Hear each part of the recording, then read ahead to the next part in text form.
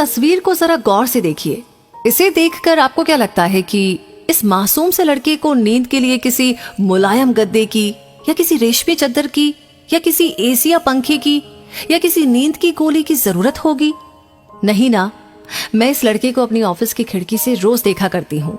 ये लड़का हमारे ऑफिस के सामने की ओर बैठकर रोज जूते पॉलिश किया करता है।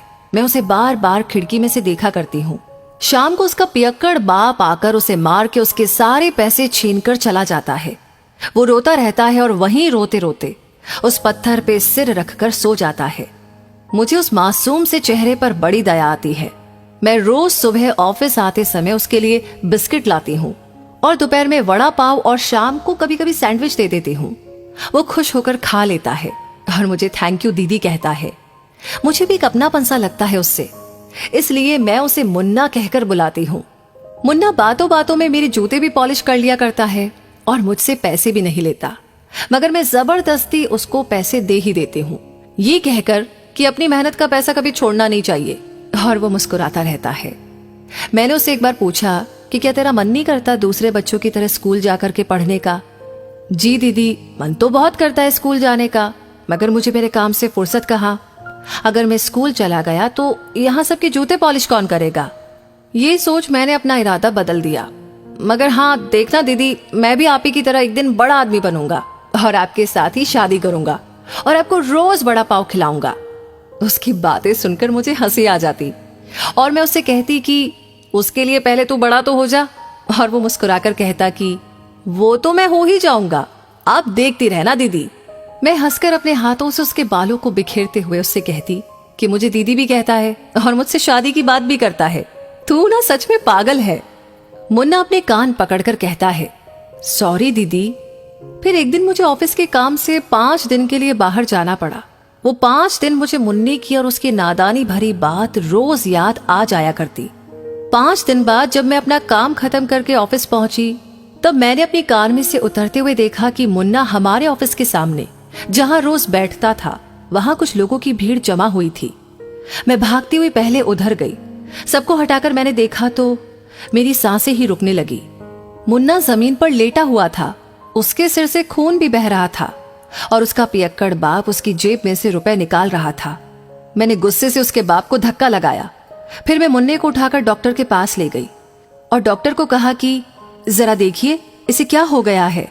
ये अपनी आंखें नहीं खोल रहा और कुछ बोलता भी नहीं। डॉक्टर ने मुन्ना को चेक करके बताया कि आपने इसे यहाँ लाने में थोड़ी देर कर दी है। ही इज नो मोर। और लगता है इसने कुछ दिनों से कुछ खाया नहीं और इसकी चोट देखकर लगता है कि किसी ने इसे बहुत मारा भी है। ये सुनकर मेरी आंखों से आंसुओं की बरसात होने लगी। मुझे गिरते गिरते डॉक्टर ने संभाला और कुर्सी पे मुझे बैठाते हुए कहा कि आप बैठ जाइए और अपने आप को संभालिए, और पूछा कि ये लड़का आपको कहाँ मिला और ये आपका लगता क्या है? मैंने रोते हुए कहा, ये मुन्ना है जो मेरा कुछ ना होकर भी मेरा सब कुछ है, जो अब नहीं रहा। शायद मैं जरूरी काम से इतने दिन बाहर ना गई होती। शायद मैंने किसी को बोल दिया होता कि मेरे मुन्ने को रोज वक्त पे खाना खिला देना। शायद इसके बारे में मैंने पहले कुछ सोचा होता तो शायद आज ये मेरे सामने मेरे साथ वड़ा पाव खा रहा होता और मुस्कुरा के कहता, थैंक यू दीदी, मगर अब ये एक सपना बन गया है मेरे लिए। तभी डॉक्टर ने कहा, आप इसका जिम्मेदार अपने आप को मत ठहराइए।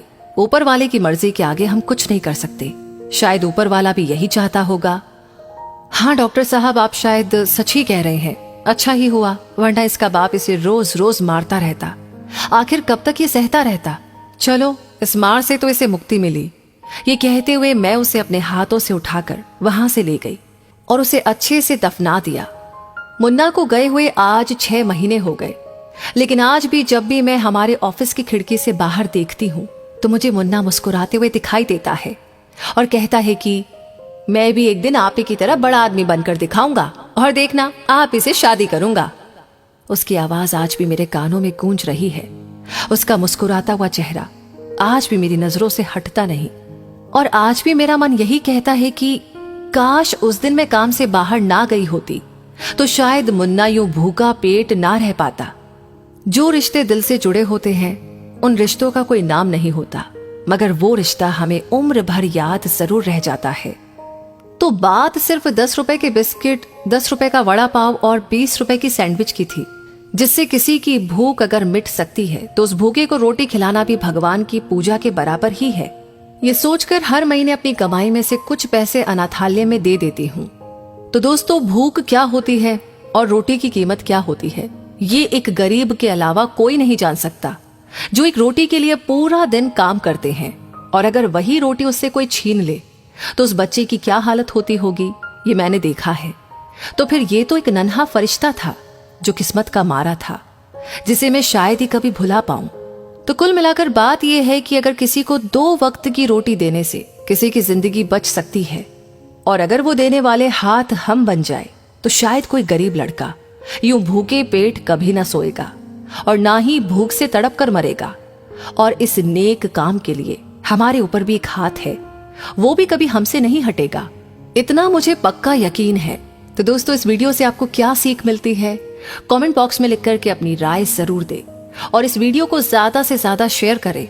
आपका हर एक लाइक, हर एक शेयर हमें मोटिवेट करता है ऐसी ही प्रेरणादायक कहानियां आपके सामने लाने के लिए। साथ ही हमारी हर वीडियो को सबसे पहले पाने के लिए हमारे पेज को फॉलो करना ना भूलें। धन्यवाद।